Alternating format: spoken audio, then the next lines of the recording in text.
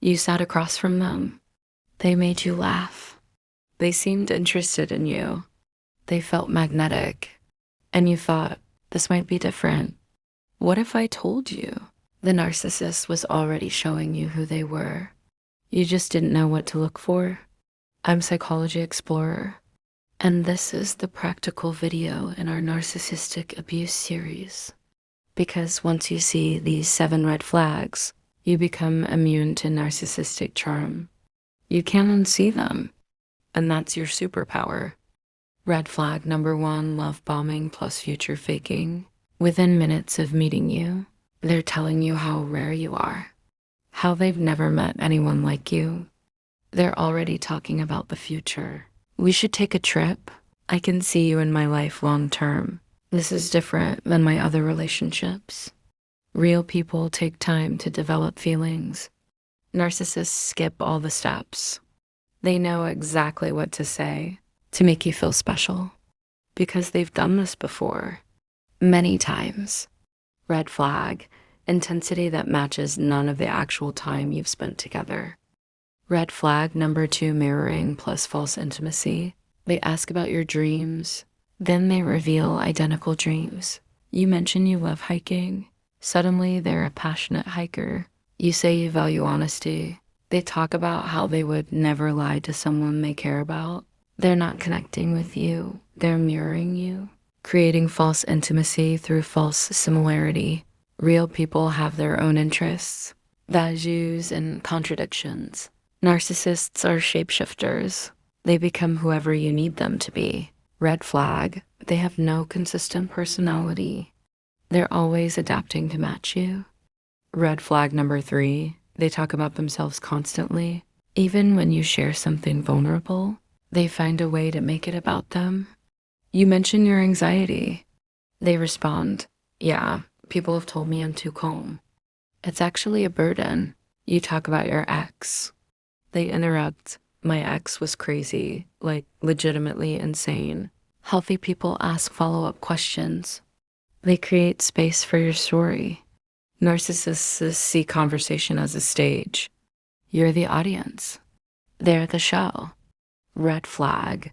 You leave the date having told them everything about you, and you know almost nothing real about them. Red flag number 4, subtle criticism plus negging. They compliment you, then undercut it immediately. You're so pretty, but you could dress more like a famous person. I love that you're ambitious, but you're kind of career obsessed, aren't you?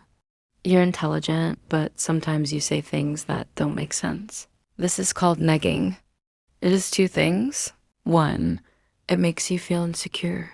2, it makes you work harder to prove you're worthy. Narcissists use insecurity as a control tool.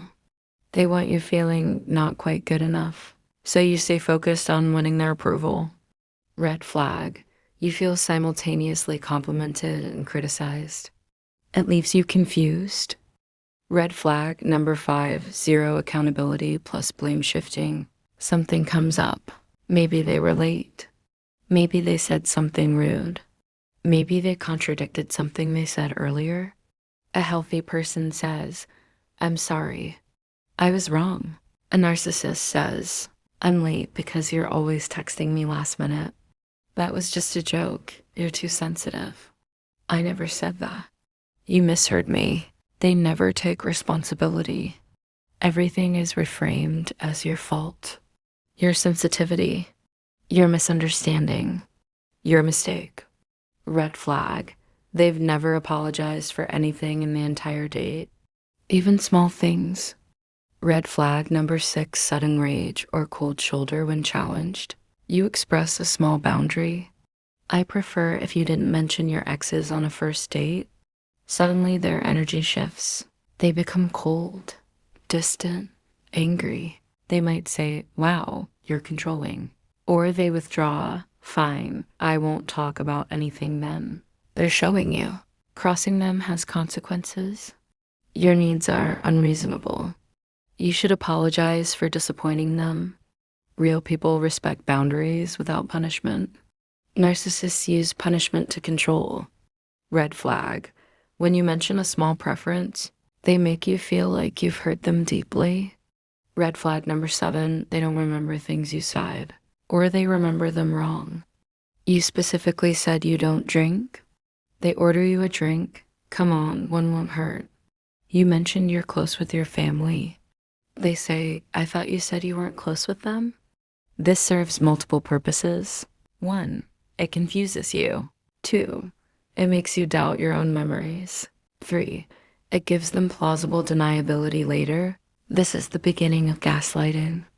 Not from malice, but from a place where they simply don't see you as a real person with consistent needs and preferences. You're an object, and objects don't matter. Red flag, they don't ask clarifying questions. They just assume and blame you when they get it wrong. If you notice one of these flags, it's a signal. Pay attention. If you notice 3 or more, this person is showing you exactly who they are. Believe them. Don't wait for proof. Don't think you can fix it. Don't tell yourself you're being too judgmental. Your job is not to give them a chance. Your job is to protect yourself. And once you see these flags, you can't unsee them. That's your superpower. Use it, drop, if you recognize these flags from someone you've dated. Drop if you're learning to spot them early. Subscribe next week. How to set boundaries with a narcissist. Because knowing the red flags is step 1, protecting yourself is step 2.